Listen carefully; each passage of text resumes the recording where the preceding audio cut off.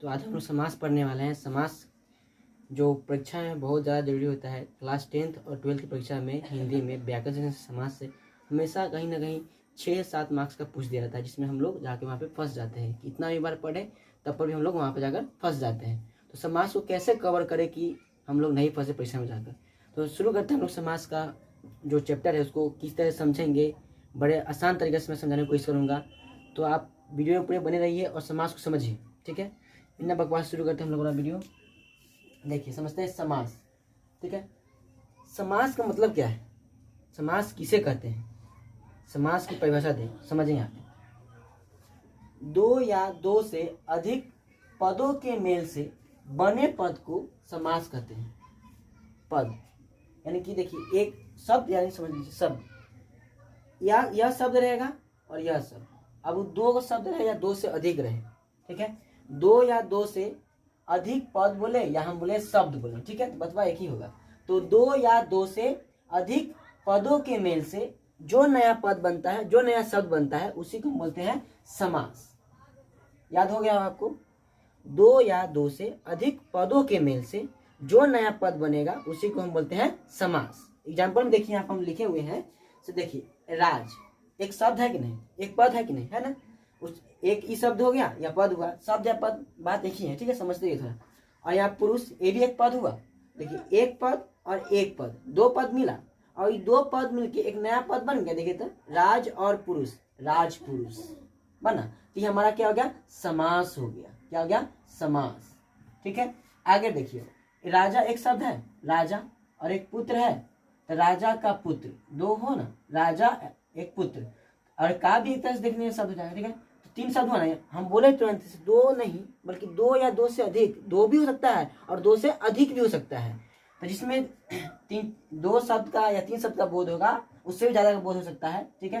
तो शब्द सब मिलाकर एक नया शब्द बन जाएगा, ठीक है, तो उसी को हम बोलते हैं समास। जैसे देखिए राजा का पुत्र यानी कि राजपूत, ये क्या हुआ हम लोगों का, समास हुआ। क्या हुआ, समास। आगे देखिए चिड़िया को मारने वाला, देखिए कितना बड़ा शब्द है कि नहीं। अब इस इतना बड़ा शब्द हमेशा बार बोलेंगे तो थोड़ा लटपटा जाएंगे कि नहीं। तो इसीलिए इस पूरे को पढ़ने के लिए शॉर्ट में यहाँ बना है चिड़ी मार। क्या है, चिड़ी मार। देखो चिड़िया को मारने वाला, चार पद है, चार पद मिलके शॉर्ट में एक पद बन गया चिड़ी मार। क्या, तो ये क्या हुआ हम लोगों को, समास। क्या हुआ, समास। अब देखिए एक और है रस से भरा, रस से भरा। तो ये जो रस से भरा हुआ, देखिए तीन शब्द है कि ना, एक दो तीन, अभी एक बन गया रस भरा। क्या हुआ, रस भरा। तो समास क्या समझ में आ गया, दो या दो से अधिक पदों के मेल से बने नए पद को हम समास कहते हैं, ठीक है। बहुत सारे शब्द होगा, उस शब्द को शॉर्ट करने के लिए हम लोग समास को पढ़ते हैं, जाहिर सी बात है, ठीक है। अब यहाँ पे बात आता है समास के कितने भेद होते हैं, ठीक है। अगर पूछा जाता है 10th और 12th की एग्जाम में, तो समास के कितने भेद होते हैं, मुख्यतः समास के कितने भेद होते हैं, तो 2, 4, 6, कितने होता है, 6 भेद होते हैं, ठीक है। समास का मुख्यतः पूछेगा कितना भेद होता है, 6 ही भेद होता है, याद कर लीजिएगा।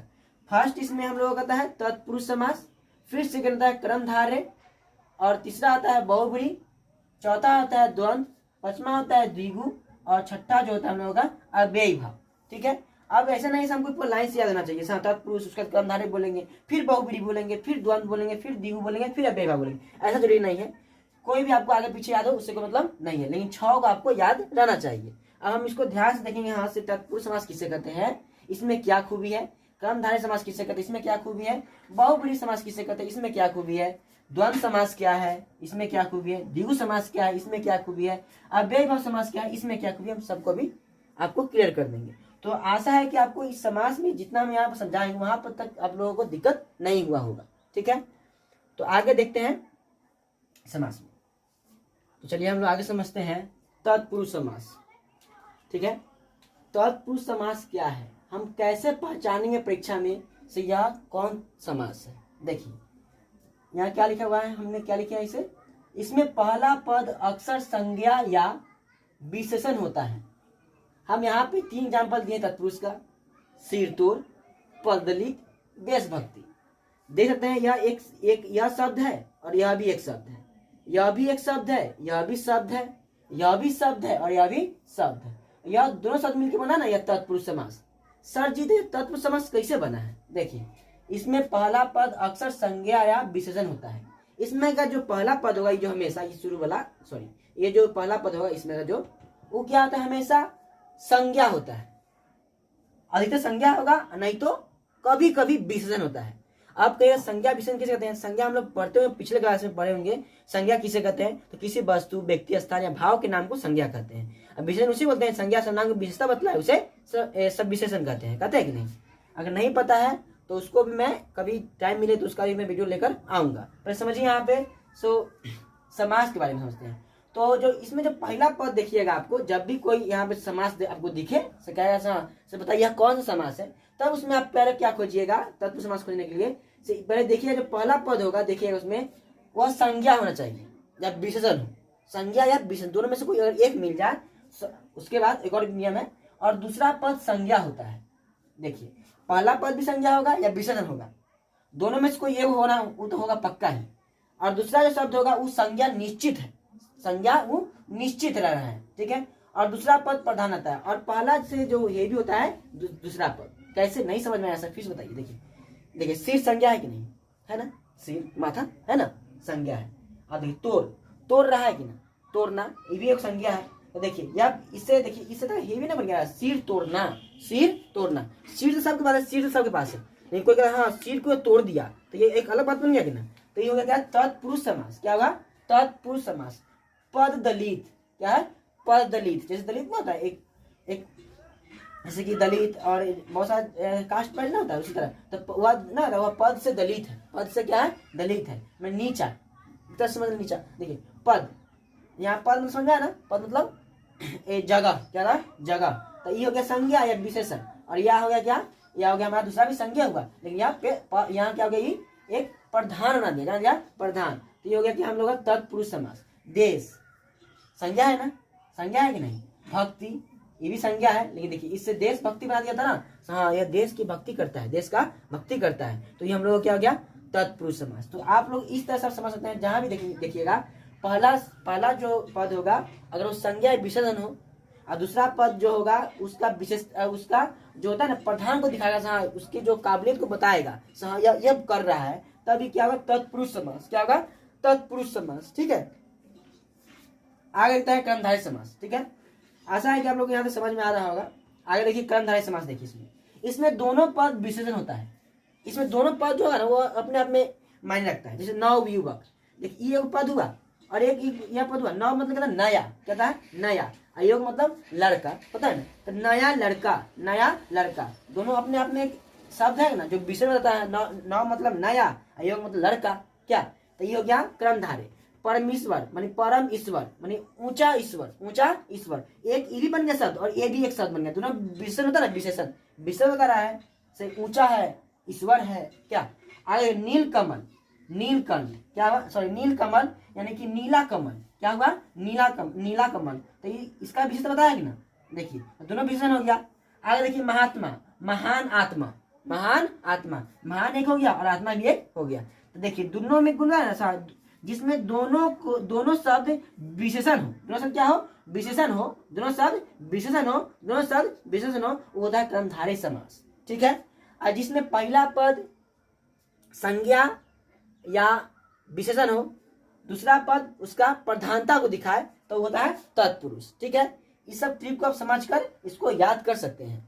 और आगे देखते हैं बहुब्रीहि समास और द्वंद्व समास, ठीक है, देखते हैं। तो चलिए आगे बढ़ते हैं हम लोग। बहुब्रीहि समास,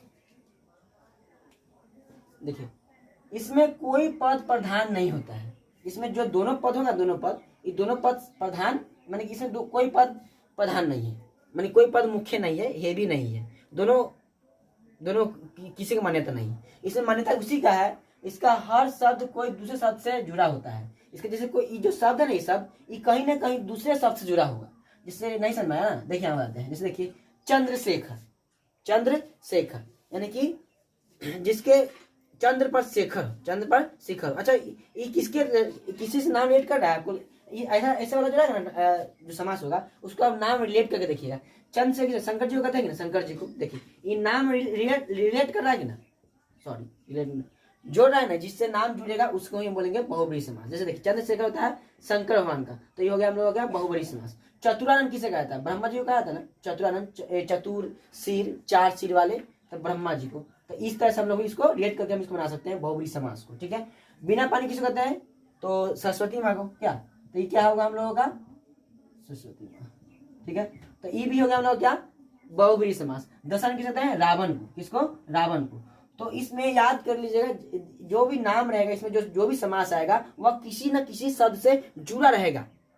ठीक है, किसी न किसी कोई व्यक्ति या कोई भगवान या कोई ईश्वर, कोई भी जगह के नाम से ही जुड़ा रहेगा। ठीक है, रिलेटेड रहेगा इसमें। आगे देखिए द्वंद्व समास। क्या है? द्वंद्व समास सबसे हलवा लगता है यही। हम जब 10th में थे, 12th में, तो ये सबसे मजा आता था पढ़ने। क्यों? क्योंकि इसमें दोनों पद प्रधान होता है। इसमें दोनों पद है ना, अपने आप में ही भी होता है। हम रहेंगे तो हम रहेंगे, हम रहेंगे तो हम रहेंगे। देखिए, और इसमें एक और चीज है, योजक अव्यय का लोप लगा रहता है। ये जो है ना, ये बार विजय जोशी माइंस वाला है, इसको बोलते हैं योजक अव्यय। जहां जहां खटाक से लगल रहेगा, खटाक से माना द्वंद्व समास, कोई बड़ी बात नहीं। ठीक है, द्वंद्व समास। क्या मानना? द्वंद्व समास। ठीक है, तो इससे ही पकड़ सकते हैं द्वंद्व समास है। और इसमें जो दोनों पद है क्या है, आपस में रिलेट ना रहते। हाथ पाँव, माता पिता, पिता पुत्र, दाल रोटी, होता है ना, दिन रात, सुबह शाम, ये सब एक साथ रिलेटेड है। जब भी रिलेटेड रहेगा, दोनों पद प्रधान रहेगा, तो उसमें क्या होता है? द्वंद्व समास। तो आशा है कि आपको इस चारों समझ में आ रहा होगा। फिर और आगे देखते हैं 2। ये अगला हम लोग पढ़ते हैं द्विगु समास। देखिए, इसका पूर्व पद संख्यावाचक होता है। इसका जो पहला पद होता है शुरू में के, वो क्या है? संख्या से जुड़ा होगा। संख्या से, एक भी ना था गिनती वाला, उससे जुड़ा होता है। देखिए देखिए था यहाँ त्रिलोकी, 3 लोक, देख 3 आ रहा है ना, 3।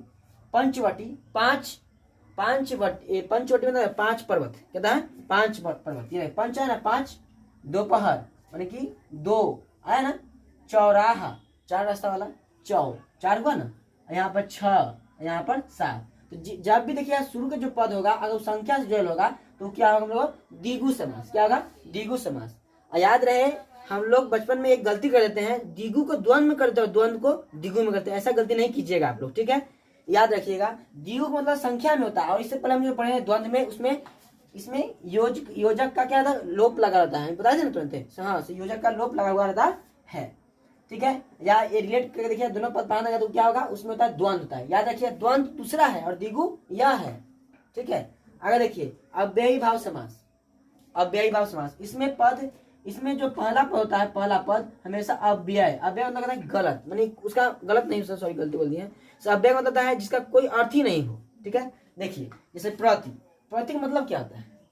प्रतीक मतलब कुछ होता है नहीं, लेकिन अब वही जुड़ जाएगा मास के साथ ना। हाँ, तो हरेक माह। अब प्रति मतलब वही कुछ भी नहीं होता, लेकिन जुड़ जाएगा ना, प्रतिदिन हो जाता है ना।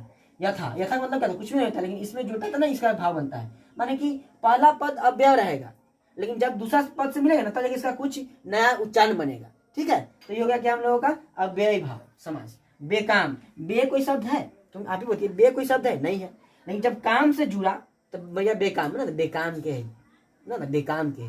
तो ये नया शब्द देखिए, पहला शब्द रहेगा अव्यय, लेकिन दूसरे का मिलने के बाद उसका गुण को निखरेगा। हाँ, ये अब कोई शब्द बना है। आजन, कोई शब्द है? आप ही बोलिए, नहीं है। अब यहाँ पे जन्म मिला, तो एक नया शब्द बन गया ना, आजन। ठीक है, तो ऐसा है कि आप लोग समाज समझ में आ रहा होगा। नहीं समझ में आ रहा है तो कोई दिक्कत नहीं, मैं फिर से इसको कोशिश कर रहा हूँ शॉर्ट में अपने तरीके से ट्रिक से समझाने का। आप कॉपी निकाल लीजिए फटाफट और उसको लिख लीजिएगा वो ट्रिक को, ताकि आपको एग्जाम में बहुत ज़्यादा फायदा होने वाला है। मैंने जितने भी शॉर्ट तरीके से होता है, मैं जो समाज से ट्रिक है मैं यहाँ पे लिख दिया हूँ। मैं हट रहा हूँ, थोड़ा देखिए, आप स्क्रीनशॉट लेकर या वीडियो रोक कर इसको उतार लीजिए, क्योंकि मैं इसको समझाऊंगा बड़ी तरह से।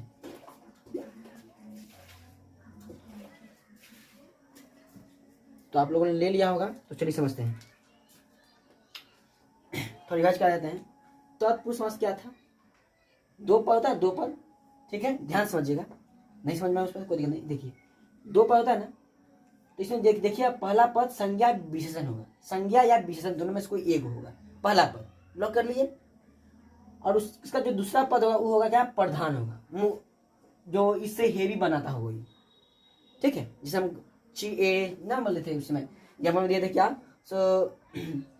देशभक्ति। क्या बोले थे? देशभक्ति।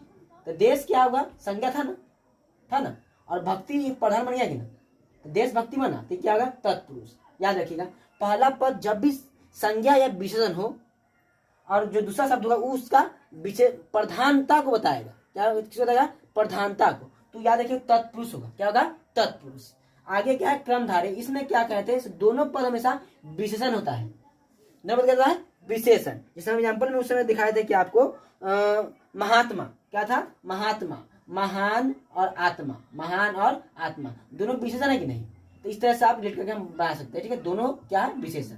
बहुब्रीहि में हम लोग क्या पढ़े थे? तो दोनों पद प्रधान नहीं होता। इसमें से दोनों जो पद होगा वो दोनों प्रधान नहीं होगा, माने उसका जो नाम होगा ना किसी दूसरे से जुड़ा होगा। जिससे नाम बताते चतुरानंद ब्रह्मा जी, ये चंद्रशेखर शंकर जी, बिना पानी सरस्वती माँ, होता है ना।